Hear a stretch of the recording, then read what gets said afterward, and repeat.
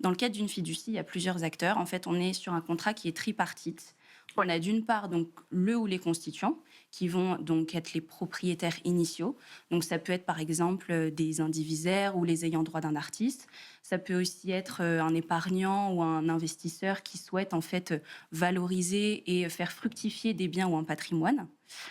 Donc ensuite, on a le fiduciaire, qui est le gestionnaire légal, à Mmh. savoir qu'il y a des professions qui sont strictement définies dans le code civil.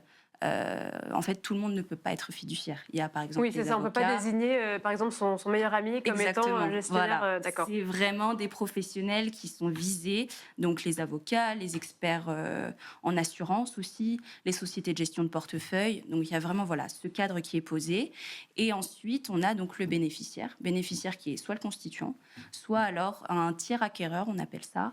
Donc ça peut être les héritiers, des descendants, ça peut aussi être une fondation d'art, par exemple. Ouais.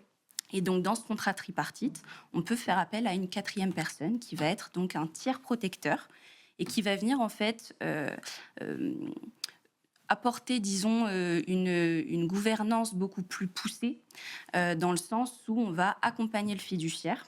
C'est donc le constituant qui désigne ce tiers acquéreur.